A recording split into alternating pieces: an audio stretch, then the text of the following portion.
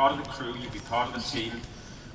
We'll be simulating everything that we can, because it's so important when you take this trip, which will be full of sensory overload, that you remain in the moment. So the more simulation, the more preparation you've had for every aspect of that flight, the better that you're going to be able to enjoy it. So that takes about 3 days. We'll be fitting you with your flight suits, we'll be doing last-minute medicals, we'll be making sure that you're just in the best possible position to fly. And then the fourth morning will dawn. You're going to wake up early in the hotel just down the road. And as you wake up, I imagine you'll think, something's happening today. Oh, I'm going to space. And you'll get up, we'll drive you to the spaceport, it'll still be dark. You'll come in here, get a nice cup of coffee from the island there, then you'll go up into the third floor, you'll put on your Under Armour spacesuit, which, by the way, you can take home with you, and is made specifically for you. And then, when everybody's ready, you and the crew will come down the elevator, and you'll take the walk. Your family and friends will be either side of you, wishing you good luck, giving you a kiss, I hope. And then you'll go out of the doors to a waiting car, which will take you to the end of the runway. And at the end of the runway, the vehicles will be waiting for you. Spaceship will be mated to the aircraft. Engines will be running on the aircraft. Spaceship will be fully fueled. Still be twilight at that stage. And you'll climb on board the spaceship. You'll go to your allotted seat. Beth, who you saw earlier, will come and make sure your harnesses are nice and tight and you're comfortable and you're safe. She'll then shut the door. And the pilots will say, okay, is everybody ready to go? And the first bit of your trip is not going to be too different than a normal takeoff, other than you don't normally take off in a spaceship attached to an aircraft.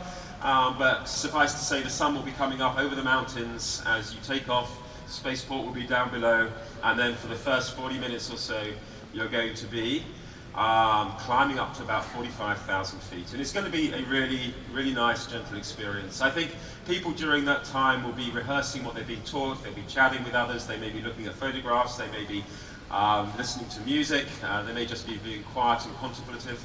But that is the first stage. Now, one of the things that I have now, obviously, because Beth has flown to space, is that I've been able to look at her face at all stages of flight. So by showing you her face at all stages of flight, I hope I can give you a little idea of the emotions that are going to be going on in your space flight. So this is nice. You know, she's smiling and she's having a great time. Maybe you can see a little bit of anticipation there, I don't know. But you know, she was very happy during that period, chatting to the pilots and getting ready for the flight. Then, when you get to 50,000 feet, last minute checks are done, everything, you know, if everything is okay, the systems on the spaceship which have been given by the aircraft get transferred to the spaceship. It becomes a living, independent vehicle. And then the pilots will turn around to you and they'll say, okay, is everybody ready to go?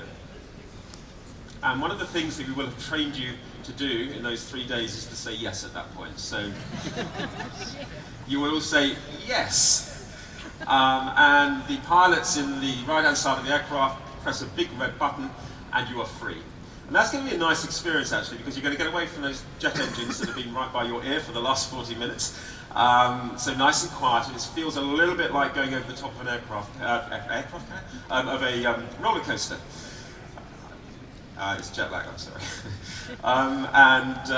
So a little sinking feeling in the stomach. What is your face going to look like at that point? A bit like that. But it's going to be nice.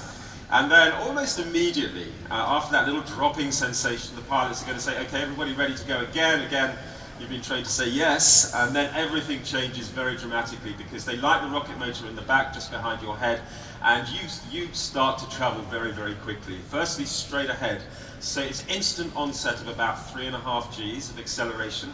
0 to 60 time is just a shade less than a second. You go transonic at about 6.5 seconds. You're supersonic by 7.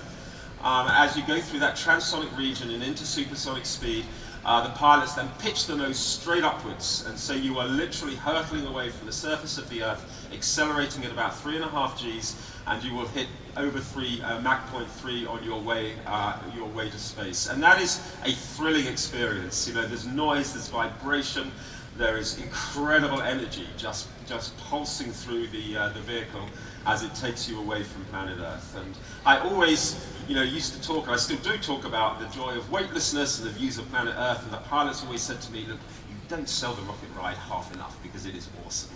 So I'm trying to sell the rocket ride more now, but I think it's going to be incredibly exciting. And how do I know it's going to be exciting? Because Beth found it very exciting.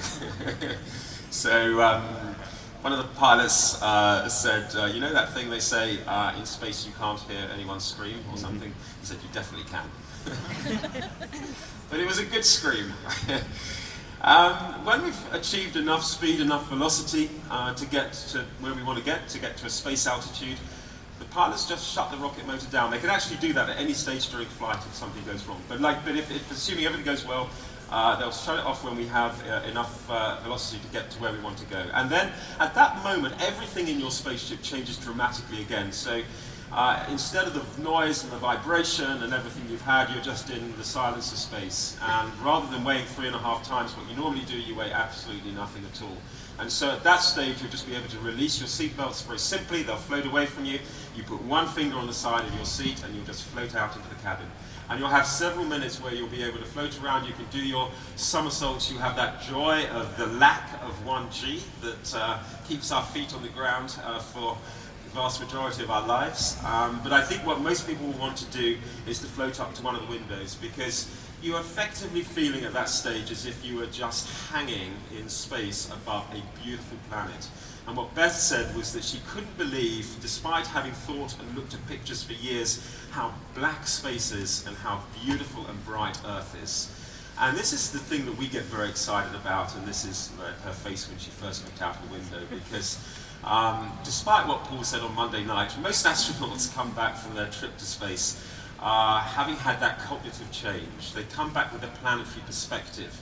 They look down on our planet and they see a planet without borders. They see that thin blue line of the atmosphere, like a peel of an apple. And you know, when you look up from Earth on a beautiful day in Sydney, that blue sky seems to go on forever. It's very difficult to think we could do anything, you know, to interfere with it anyway. When you look down, you recognise the fragility of the planet that we live on and the beauty of the planet we live on. And that planetary perspective is something, in our view, you know, we could do with a lot more of. And so being able to give that experience to thousands of people rather than just a few professionals is something that you know, excites us every day.